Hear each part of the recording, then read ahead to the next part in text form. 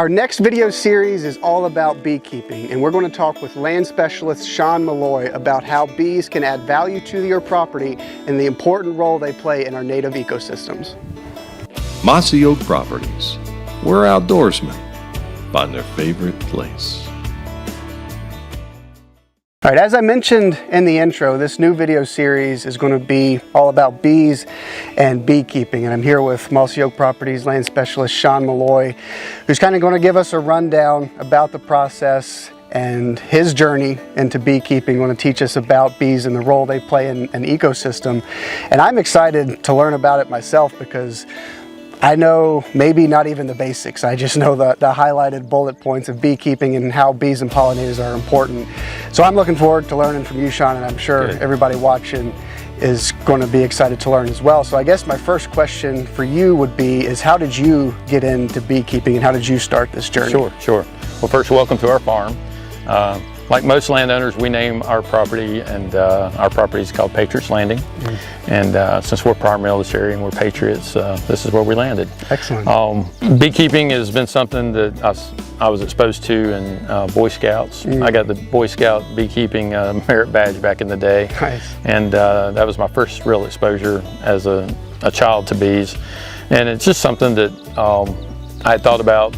And as an adult, when we bought our farm, it definitely became something on our mind. But like with anything, when you buy a property, you don't know what you don't know. Right. And sometimes you're scared to try new stuff.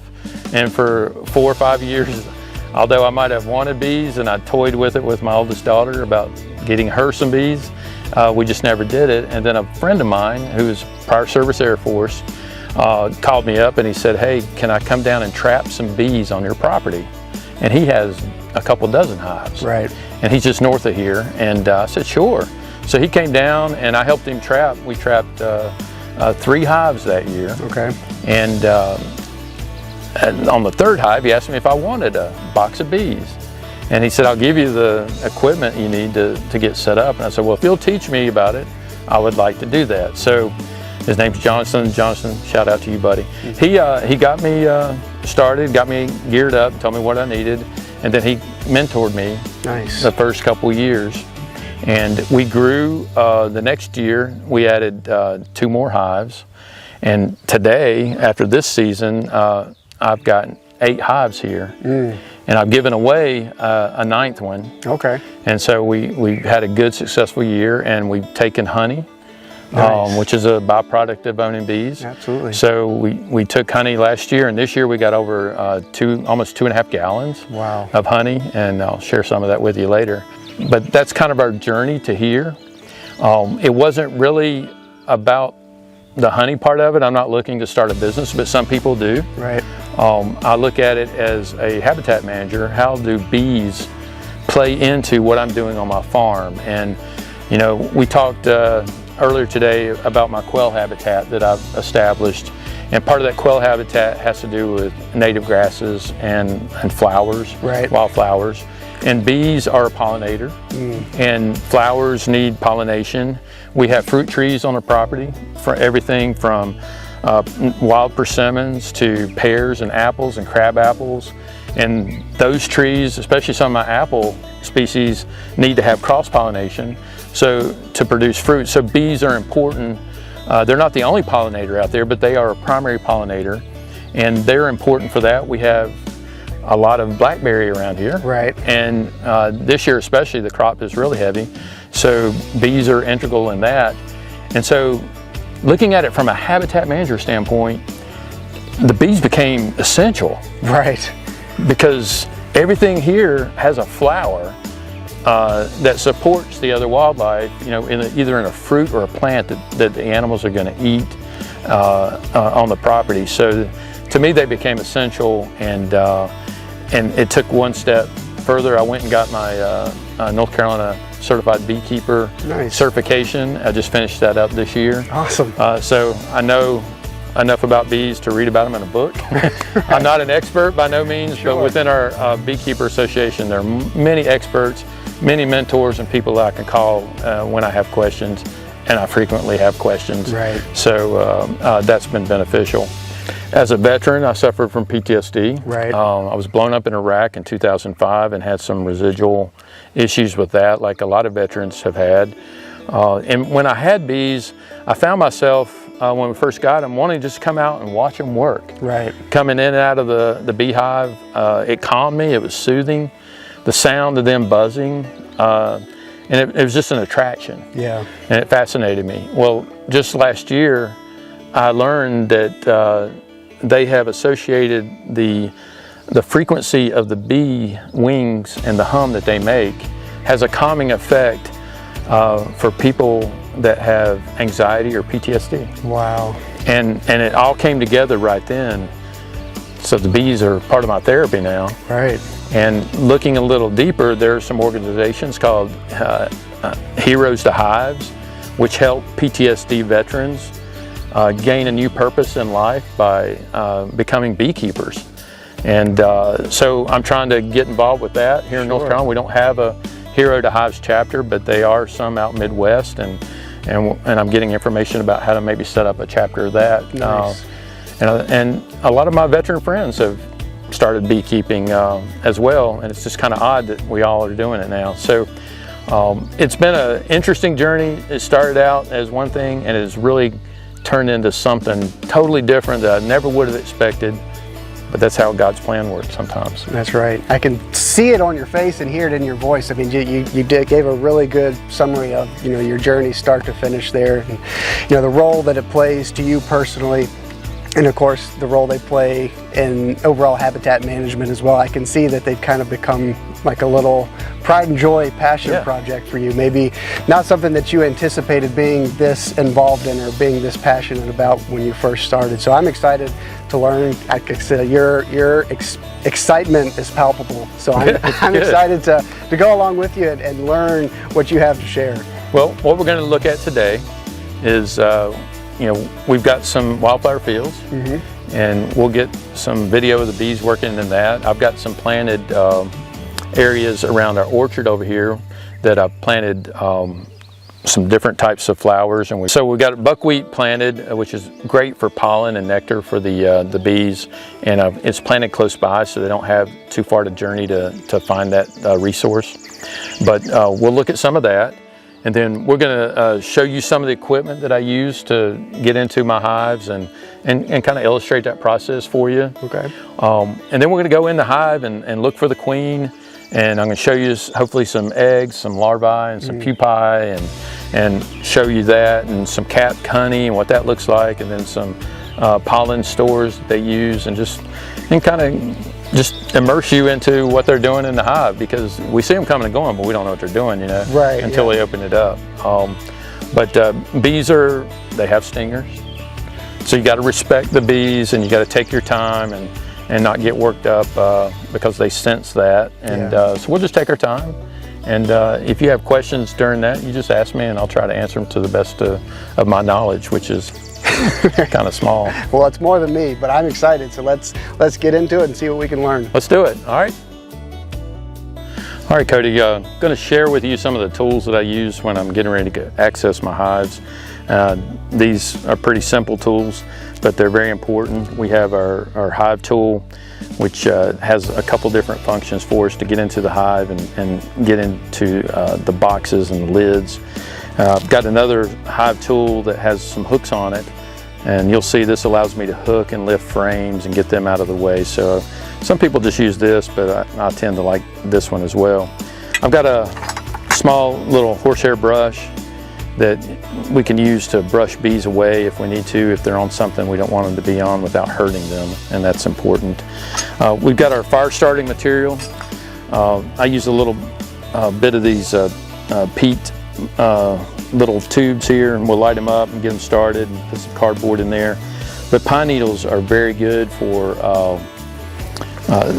smoking bees. They put off a good smoke, and we don't want the smoke too hot. So what we do is we get this going, and then I'll puff it, and if I can put my bare hand in front of it without it burning my hand, then we know we've got the right smoke. So we're gonna get this lit, then we're gonna get our hoods on and get our gloves on, and then we're going to go over and open the hive. So, okay. All right, we got our smoker lit and it's putting out some good smoke. We got our tools, and now we're going over to the hive. We're going to play around with this first hive. It's smaller of the 3 or 4 that are out here. First thing we're going to do is kind of smoke the entrance. Let them know that, hey, something's going on. And then we're going to lift the top and give them a couple puffs in there. And then we're just going to chill out and let them get used to something about to happen. Again, being patient and taking time with your bees is important. It helps keep them calm, and they just respond better when you get into the hive. You can hear the humming, so they're getting a little more active. So we're going to take the lid off. And we're going to have some bees on the lid, which is natural,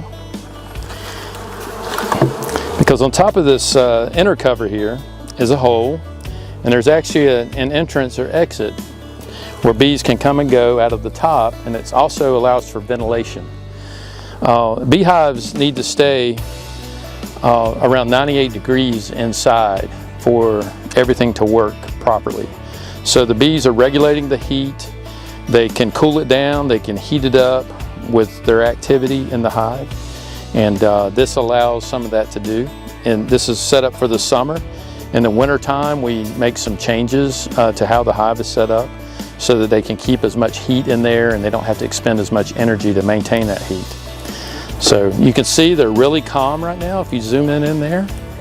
So they're pretty calm as they sit right here, but we're going to give them a little bit more smoke in the front. And this is where our hive tools come into play, because they have created this material called propolis, and propolis glues everything together. And think of it as insulation or caulking. So they have caulked the inside of this to keep predators out, other insects, and ants and things of that nature, but also to air seal the hive so moisture can't get in there, and wind, and that's important, especially in the winter and even in the summer, to help them regulate. So we use our hive tool to break open that propolis because it is sticky. It's almost like chewing gum in the summer.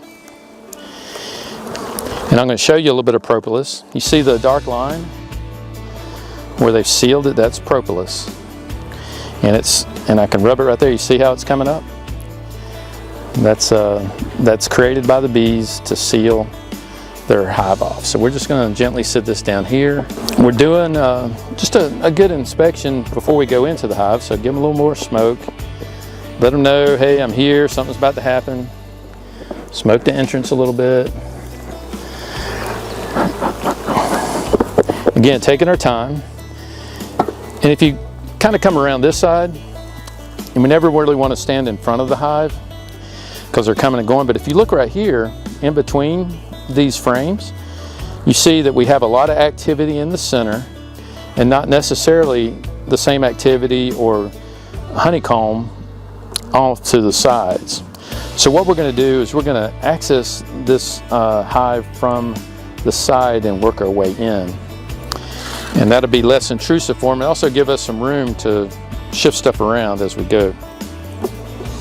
So this is where this hive tool comes into effect with the little hook, because they have put propolis down to glue these frames together, and you can see some of it coming out.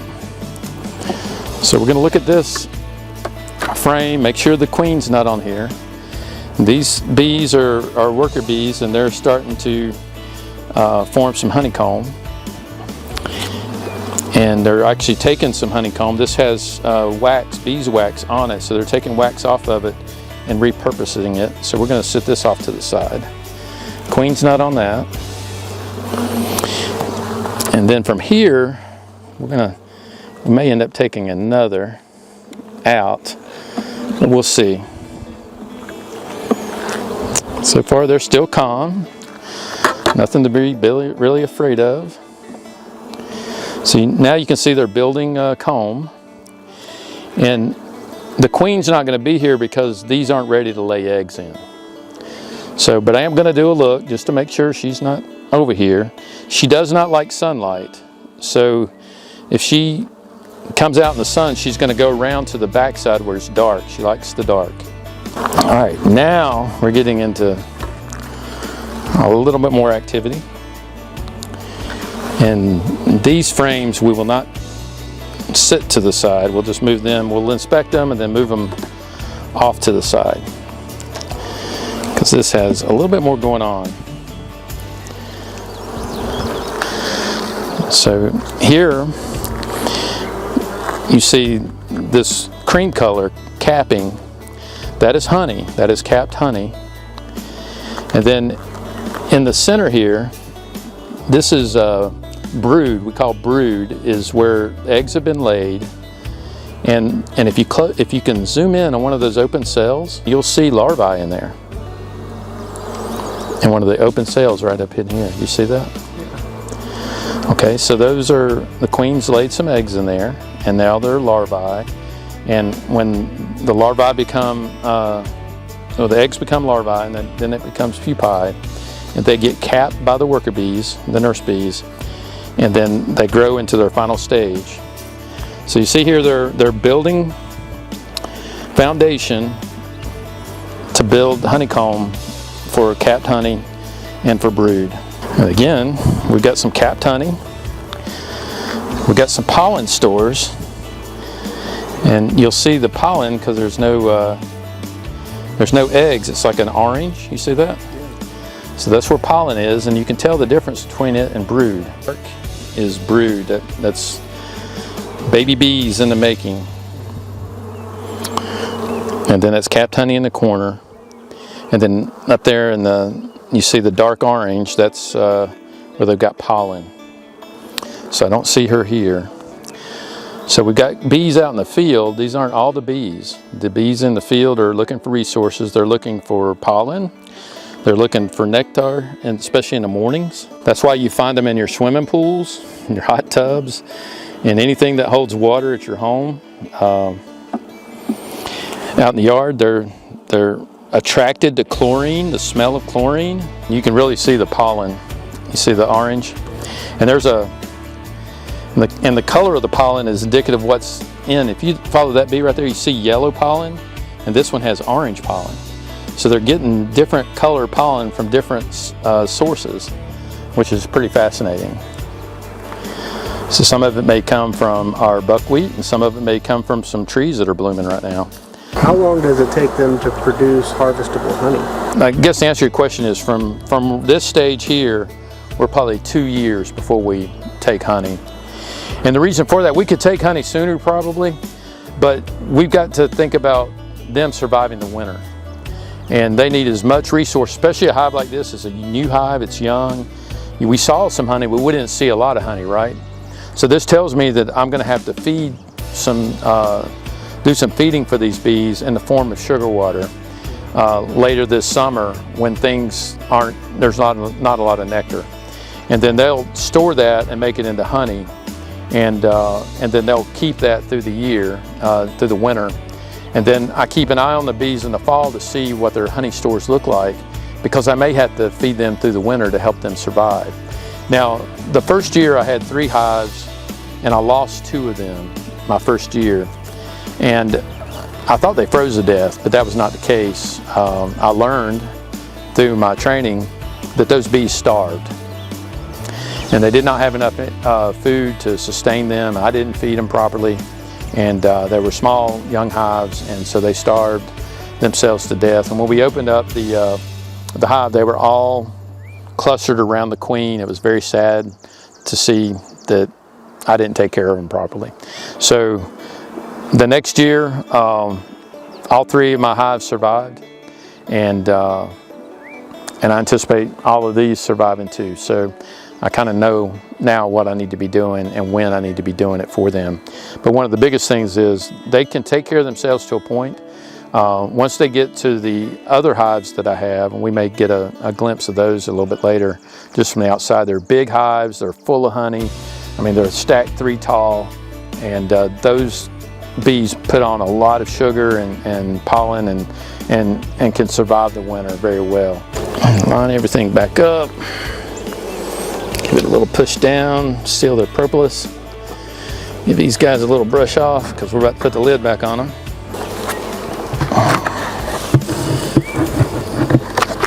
And we put the lid on, we want to push it gently forward to make sure we've got a gap right there so they can come and go out of that vented area. And we're pretty much done with this hive inspection. And you didn't get stung, and I didn't get stung, and they're happy, so I guess we're all happy. I learned that there's 2 pollen sources right now that they're getting. I think the really light yellow pollen is from the buckwheat. And then I think the dark orange, you see these orange flowers around here? I think that's the pollen that is creating those. So these wildflowers that we have planted in the multiple fields that we have around the farm are right now providing a pollen source for them, which is good. And there will be different wildflowers that will continue to grow through the season, but pretty certain that that orange pollen is coming from those wildflowers. And so I learned about their food source. I learned that the queen is a very viable queen. She's laying a lot of eggs, and we're going to have some more bees. So there's a good chance that I'm going to have to add another box on top of this as they start to outgrow and fill up these. But they're not quite there yet, and they might not get there depending on their resources. They are short on honey. I didn't see enough honey in there that I would like to see. So there's different ways. We talked about feeding them. Another way to do that is go to one of my larger hives and maybe rob and exchange a frame of honey for a blank frame, because those other hives have so many bees, they can recoup that loss really quicker than somebody starting from scratch. So this is one that I want to keep an eye on. Some other considerations with bees, they do have little pests that can affect them and devastate the hive. We have small hive beetles which can come into the hive, and then they'll go in there and they can wreak havoc on the honeycomb and the larvae, and they can just eat up all the resources. And when they take all those resources away from the bees won't survive the winter. And then we have varroa mites, which are a small mite that can get on the bee, and it finds its way into the capped larvae, and it will live there, and then it will eat the larvae and pupae. So it's something that you can treat for mites generally in the fall and into the winter months with some different techniques. We're not going to get into that today, but we do have some, I wouldn't call them microorganisms, but we have some other insects and things like mites that we have to be aware of as beekeepers. And we also need to know if we've got an infestation in one hive to another before we start switching stuff around, because we could introduce something from this hive into that hive and lose both of them. So it's something that we have to be aware of as beekeepers. So there's a little bit of management to it, just like any other thing. And as we said in our other videos, if you don't manage it, Mother Nature is going to, and sometimes Mother Nature isn't always on your side and always on the bee side. Well, Cody, how'd you like being in a bee suit and sticking your head in a beehive today? I liked it. I learned a lot. It was hot, a little sweaty, yeah. But no, it was really cool, because I don't have any experience with bees or beekeeping especially. Yeah, I read about them, I've seen videos about them, but that's the extent of my knowledge and experience with them. So to be with somebody as knowledgeable like you, who can communicate what we were looking at, what was happening, what each bee was doing, pointing out the different pollen, the honey, the brood, it was really cool to get in there and see these honeybees. Like we looked in their window into their home. That's right. And to see all these different things happening all at once, that at the end result most of us associate beekeeping with is a jar of honey. A jar of honey, yeah. Yeah. Well, that's good. I'm glad you came out today and to get a little insight into what goes on in the life of a bee. From sunrise to sunset, they're working. That's why they call them worker bees and busy bees. Right. They're either out foraging, which is the last stage of a bee's life, and a lot of them don't even make it back from foraging. They die out in the field away from the hive. So the lifespan of bees is short, but very productive for the hive and very necessary. As a landowner, it's a big decision to get into bees. With anything else, it's a management decision. You got to know if you have time for it, want to take the effort to educate yourself about the subject and to be able to do it right. And the way I look at things, if you're not going to do it right, don't do it at all. Right. And if you don't want to do it at all, that's fine. There are a bunch of local beekeepers everywhere in every county and every state that don't own land. They live in a cul-de-sac somewhere, but they love bees, and they would love an opportunity to maybe put bees on your property in exchange for some honey. Right. So it works out for both parties. You get some pollinators on your property to help with the stuff that we've looked at earlier today, and you get a little bit of honey, and then they have a place to put bees and propagate the bees and also collect honey for themselves. So it's a win-win situation. Right. But if you do decide to get into it, some resources at the state level. All the states have or I would say most of the states in the lower 48 have a state beekeeper association. North Carolina has one of the largest. And then there's local chapters, some of them are county or regional, that you can join, and they put on beekeeping schools, usually in every January. And so they're a great resource for you to learn about bees before you even have bees. You can take a course and learn and see if it's something you want to do. And if you do decide to do it, there's so much that's fascinating, like you said today.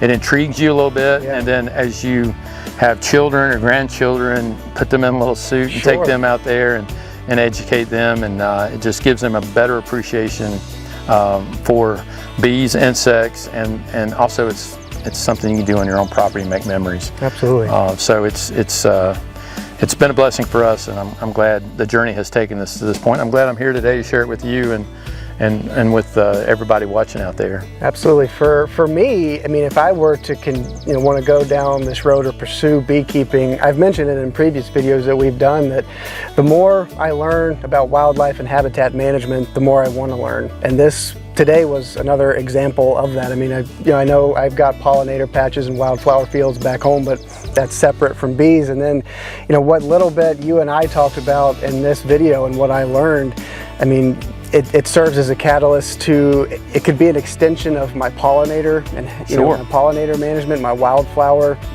management and journey. And yeah, for me, once I learn something, like I want to turn the page and learn more and keep reading that book just to expand my knowledge on land and wildlife management. Well, that's good, and that's what it's all about, sharing information so that people can make better decisions on their own property, or if they're thinking about doing something on their own property. And so that's what these series are all about. And again, I thank you for coming out and letting me show you my place. I appreciate it. And beekeeping, hopefully, as we illustrated in this first video, it adds tremendous value to your habitat and to the wildlife that benefit from it, but as Sean illustrated, personal benefit and connection to the bees as well. Mossy Oak Properties, where outdoorsmen find their favorite place.